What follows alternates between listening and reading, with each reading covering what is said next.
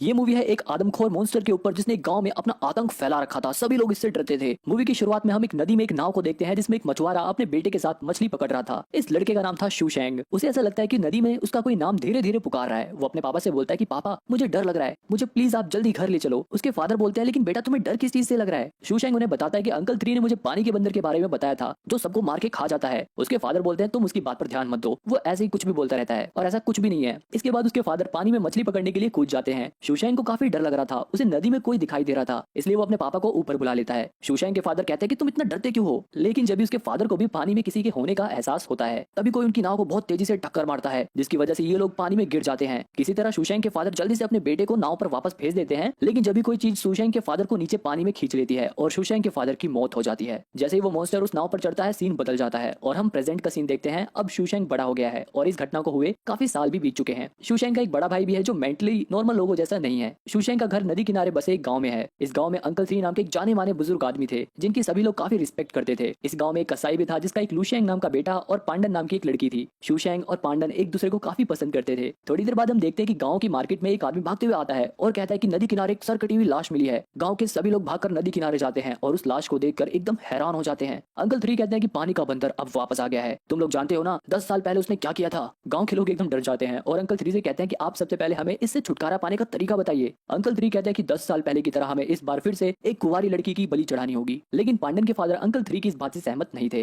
वो कहते हैं कि बलि चढ़ाने का मतलब है खून करना और मैं ऐसा नहीं होने दूंगा। शूशैंग पांडन की दुकान पर आकर पांडन को उस वाटर मॉन्स्टर के बारे में बताता है और उसे कहता है कि तुम नदी किनारे कपड़े धोने मत जाना, यहाँ घर पर ही रहना। तभी पांडन के फादर यहाँ आ जाते हैं और अपनी बेटी से बोलते हैं कि तुम्हारा भाई कहाँ है, जाओ उसे ढूंढ के लेके आओ। इसके बाद पांडन अपने भाई को ढूंढने लगती है। वहीं उसका भाई लूशैंग नदी किनारे बत्तख पर गुलेल से निशाना लगा रहा था। जब भी वो देखता है कि बत्तख एकदम से पानी के अंदर गायब हो जाती है, वो पानी के अंदर जाकर देखता है तो उसे पूंछ जैसी कोई चीज दिखाई देती है। सीन बदलता है और हम देखते हैं कि पूरा गांव लूशैंग को ढूंढ रहा था। यहाँ शैंग के भाई शैंडोग को लूशैंग की लाश नदी किनारे दिखाई देती है। अपने भाई की लाश को देखकर पांडन बेहोश हो जाती है और उसका पिता चिल्ला चिल्ला कर रोने लगता है। अंकल 3 कहते हैं कि अब तो सबको यकीन हो गया ना कि पानी का बंदर वापस आ गया है। इसके बाद गांव वाले मिलकर पानी के भूत की मूर्ति की पूजा करने लगते हैं और उसके लिए 3 जानवरों की बलि भी चढ़ाते हैं। जब यहाँ पर पांडन के फादर आ जाते हैं और पानी के बंदर की मूर्ति पर लात मारकर कहते हैं कि फाड़ में गई तुम्हारी बलि, तुमने ये क्या भूत भूत लगा रखा है। गांव वाले पांडन के फादर को यहाँ से ले जाते हैं। वहीं अंकल 3 अपने पूर्वजों की पूजा करने लगते हैं ताकि वो इन्हें इस पानी के बंदर से बचा सके। इधर पांडन के फादर नदी में बम फेंक फेंक कर पानी के बंदर को चिल्ला चिल्ला कर बाहर बुला रहे थे। वो कहते हैं कि जब तक आज मैं तुझे मार नहीं देता जब तक मैं यहाँ से नहीं जाऊंगा। गांव वाले यहाँ आते हैं और उन्हें यहाँ से ले जाकर गांव के एक घर में बड़े से लकड़ी के खंभे में बांध देते हैं ताकि वो और कोई हरकत ना कर सके। पांडन अपने पिता के लिए खाना लेके आती है। उसके पिता अपने बेटे को खोकर बहुत ही दुखी थे। शूशैंग पांडन के फादर के लिए वाइन लेकर जाता है और उनसे कहता है कि आप पानी के बंदर से अकेले नहीं लड़ सकते। उसके फादर बोलते हैं कि तुम डरपोक हो, तुम भूल गए तुम्हारे पिता की मौत उसी बंदर ने करी थी, लेकिन फिर भी तुम्हारा खून नहीं खोलता। इसके बाद शूशैंग अपने घर पहुंचता है तो उसे इन सब इंसिडेंट के बाद अपने पापा की बहुत याद आती है कि वो उसे कितना प्यार करते थे, वो उसे निशाना लगाना सिखाते थे। शैंग काफी उदास हो जाता है। दूसरी तरफ पांडन के फादर जहाँ थे वहाँ उन्हें किसी और की मौजूदगी का एहसास होता है। वहाँ और कोई नहीं बल्कि वो पानी का बंदर था जिसे दिन में वो नदी में चिल्ला चिल्ला कर बुला रहे थे। पानी का बंदर आता है और पांडन के फादर का सर खा जाता है। अगले दिन जब पांडन अपने पिता के पास आती है तो अपने पिता को मरा हुआ देखकर एकदम हैरान हो जाती है। इसके बाद अंकल 3 कहते हैं कि पानी के बंदर का आतंक और बढ़े इससे पहले हमें बलि चढ़ानी होगी। गांव वाले भी इस बात से सहमत थे, लेकिन सवाल ये था कि आखिर बलि चढ़ाई किसकी जाए। अंकल 3 कहते हैं कि पांडन के फादर ने पानी के बंदर को गुस्सा दिलाया है, इसलिए हमें पांडन की बलि चढ़ानी चाहिए। पांडन अपनी बलि देने के लिए राजी हो जाती है, लेकिन शैंग कहता है कि तुम ऐसा नहीं कर सकती, मैं ऐसा नहीं होने दूंगा। पांडन कहती है कि मैं देखना चाहती हूँ कि पानी का बंदर आखिर क्या चीज है। शैंग इस बात का विरोध करता है, लेकिन उसकी बात कोई भी नहीं मानता और गांव वाले उसे पकड़कर यहाँ से बाहर ले जाते हैं। इसके बाद ये लोग पांडन को एक कमरे में बंद कर देते हैं। रात को शैंग पांडन के पास आता है और उससे कहता है कि हम यहाँ से भाग जाते हैं, यहाँ से बहुत दूर चले जाते हैं जहाँ पर पानी का बंदर भी हमारा कुछ नहीं कर पाएगा। पांडन कहती है कि तुम जानते हो जब मैं छोटी थी तभी मेरी माँ मर गई। मेरे पिता ने बहुत मुश्किलों का सामना करके खुद भूखे रहकर मुझे और मेरे भाई को पाल पोस कर बड़ा किया, लेकिन उस पानी के बंदर ने एक ही पल में सब कुछ खत्म कर दिया। मैं तुम्हें बहुत पसंद करती हूँ, लेकिन अब तुम मुझे भूल जाओ। उस शैतान ने मेरा पूरा परिवार खत्म कर दिया, अब मैं बिना उसका सामना किए यहाँ से नहीं जाऊंगी। शैंग उसे जबरदस्ती ले जाने की कोशिश करता है, लेकिन पांडन तब भी वहाँ से नहीं जाती। शैंग एकदम उदास हो जाता है। उसे हर वो बात याद आती है कि कैसे उसके पिता की मौत हुई, लोग हमेशा उसे डरपोक डरपोक कहकर बुलाते थे, कैसे अब पांडन भी उस पानी के बंदर की वजह से उससे दूर हो रही थी। इसके बाद शैंग पानी के बंदर को पकड़ने का प्लान बनाता है। वो अपने पिता की पुरानी गन निकालता है और फिर निशानेबाजी की प्रैक्टिस करता है। इसके बाद वो अपने भाई के साथ अपने चचेरे भाई के पास जाता है और उससे मदद मांगता है। उसका चचेरा भाई अपनी नाव निकालता है और अपने कुछ साथियों को भी इकट्ठा कर लेता है। वहीं गांव वाले नदी किनारे पांडन की बलि देने के लिए उसे अकेले एक नाव में पानी के बंदर के लिए छोड़ देते हैं। जब यहाँ पर शैंग अपने चचेरे भाइयों के साथ आता है और वो पांडन से कहता है कि मैं तुम्हें बचाने आ गया हूँ। गांव वाले कहते हैं कि अब तुम कोई फिर से गड़बड़ी मत कर देना शैंग। शैंग कहता है कि बलि चढ़ाना एक हत्या है, पानी का बंदर ना ही कोई भगवान है और ना ही कोई राक्षस, वो एक आदमखोर है जिसने ना जाने कितने लोगों को जान से मार डाला। इससे डरना छोड़ दो, मैं भी पहले तुम्हारी तरह ही डरता था। मुझ में तो इतनी भी हिम्मत नहीं थी कि मैं भी पांडन की तरह अपने पिता की मौत मौत का बदला इस वाटर मॉन्स्टर से ले सकूं, लेकिन अब मैं अपने प्यार के लिए इस पानी के दानव का सामना करूंगा। अगर आप लोगों में से कोई मेरा साथ देना चाहता है तो वो नाव पर आ जाए। गांव के दो लड़के इनकी मदद करने के लिए आगे बढ़ते हैं। इसके बाद शेंग इन सभी लोगों को अपना प्लान समझाता है और प्लान के अकॉर्डिंग ये लोग पानी में मांस के टुकड़े फेंकते हैं ताकि वो बंदर उसे खाने के लिए आए और ये लोग उसे बाहर खींच सके। लेकिन पांडन इन लोगों की स्टूपिड हरकतों को देखकर शेंग से कहते हैं कि तुम्हें पक्का यकीन है ना ये लोग तुम्हारा साथ दे सकेंगे। इसके बाद पूरा दिन बीत जाता है लेकिन पानी का बंदर अभी भी इन्हें दिखाई नहीं देता। थोड़ी देर बाद एक जंजीर में हलचल होती है। ये लोग उस जंजीर को बाहर खींचने लगते हैं लेकिन उस जंजीर में कुछ भी नहीं था। उनमें से एक आदमी शेंग के मना करने के बावजूद पानी में कूद जाता है और ऐसे एक्टिंग करता है जैसे उसे पानी में कोई नीचे खींच रहा हो। नाव पर सभी लोग एकदम डर जाते हैं लेकिन वो बंदा हंसने लगता है। तभी एकदम से असलियत में उसे कोई नीचे पानी में खींचने लगता है और उसे खाकर नाव पर उसका सर फेंक देता है। पानी का बंदर अब बाहर आ जाता है और तेजी से इनकी तरफ बढ़ता है। ये लोग भी अपनी अपनी पोजीशन ले लेते हैं लेकिन वो मॉन्स्टर इनकी नाव से एक आदमी को पानी में ले जाता है। शेंग उस पर निशाना लगाता है लेकिन वो बच जाता है और वो उस आदमी को खा जाता है। शेंग उसके ऊपर दोबारा से निशाना लगाता है लेकिन वो बंदर बहुत ही फुर्तीला था। वो हर बार शेंग के वार से बच जा रहा था। अब वो डायरेक्ट नाव पर आ जाता है। ये सभी लोग मिलकर उस पर वार करते हैं लेकिन वो बंदर अपनी फुर्ती से इन सबसे बच जाता है। ये सभी लोग मिलकर उसे मारते हैं लेकिन इस बंदर को देखकर ऐसा लग रहा था जैसे इसे ब्रूस ली से भी तगड़ी फाइट करनी आती हो।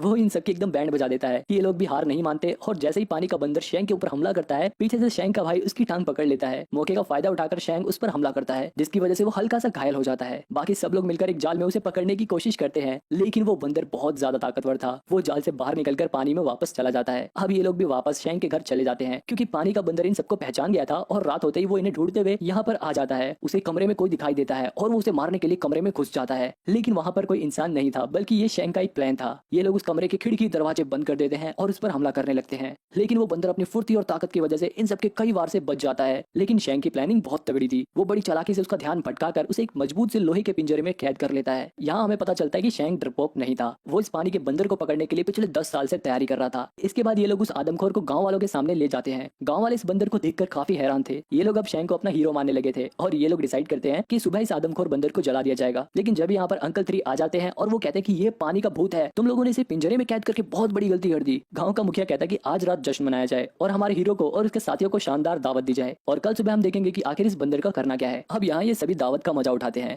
ये लोग अपनी बहादुरी के डींगे मार रहे होते हैं। वहीं शेंग और पांडन इस पार्टी से दूर आपस में बातें कर रहे होते हैं। पांडन शेंग को उसकी जान बचाने के लिए शुक्रिया कहती है और शेंग यहाँ पांडन को शादी के लिए प्रपोज भी कर देता है। ये दोनों काफी खुश लग रहे थे। वहीं अंकल 3 उस पानी के बंदर के पिंजरे के पास बैठे बैठे सो गए थे। गाँव वाले भी जश्न की वजह से नशे में धुत होकर सो जाते हैं। वहीं अंकल 3 की जब नींद खुलती है तो पिंजरे में आदमखोर नहीं था। वो सबसे पहले पिंजरे से निकलकर अंकल 3 को ही मारता है और अब ये बहुत ही ज्यादा गुस्से में था इसलिए वो यहाँ मौजूद सभी लोगों को मार डालता है। शेंग का भाई जग रहा था इसलिए जैसे ही वो पानी के बंदर को देखता है वो उससे लड़ने लगता है लेकिन पानी का बंदर उसे भी मार डालता है। अगली सुबह गाँव वाले यहाँ आकर अपने परिवार वालों को मरा हुआ देखकर रोने लगते हैं। शेंग भी अपने भाई को मरा हुआ देखकर रो रहा होता है क्योंकि उसके भाई के अलावा उसका इस दुनिया में अब कोई भी नहीं था। वो अपने भाई को बहुत प्यार करता था। गाँव का मुखिया भी अपने गाँव की हालत को देखकर बहुत दुखी था। कुछ गाँव वाले शेंग को इन सबका जिम्मेदार ठहराते हैं लेकिन गाँव का मुखिया बोलता कि नहीं, इन सबका जिम्मेदार है हमारी कायरता, हमारी बेवकूफी। हम इससे रहम की भीख मांगते रह जाएंगे और ये आदमखोर एक एक करके हम सबको मार डालेगा। हमें शांति बलि चढ़ाने से नहीं मिलेगी। अब हमें मिलकर एक साथ इसका सामना करना पड़ेगा। इसके बाद शेंग अपने बाल काटता है और पूरी तैयारी के साथ अपने साथियों के साथ अपनी नाव से वापस उस नदी में चला जाता है। गाँव के कुछ और भी लड़के इनका साथ देने के लिए आ जाते हैं। शेंग अपनी नाव से दूर एक पटरे पर पानी के बंदर का इंतजार कर रहा होता है। काफी देर इंतजार करने के बाद शेंग पानी के अंदर चला जाता है जिसे देखकर आदमखोर शेंग के सामने आ जाता है और शेंग को खींचकर एक लात मारता है जिससे वो ऊपर पानी के पटरे पर आ जाता है। तुरंत नाव पर मौजूद लोग उसे पीछे खींचने लगते हैं लेकिन वो आदमखोर तेजी से शेंग का पीछा करते हुए नाव पर आ जाता है और इन सभी लोगों को मारने लगता है। शेंग और उसके दोस्त उस बंदर को मारने की कोशिश करते हैं लेकिन वो बहुत ज्यादा ताकतवर था। वो उन लोगों को उठा उठा कर पटक पटक कर मारता है। ये सभी लोग मिलकर उसे मारने की कोशिश करते हैं लेकिन उस पर तो कोई असर ही नहीं हो रहा था। वो अकेले इन सब पर काफी भारी पड़ रहा था। अब ये सब बुरी तरह से घायल हो चुके थे।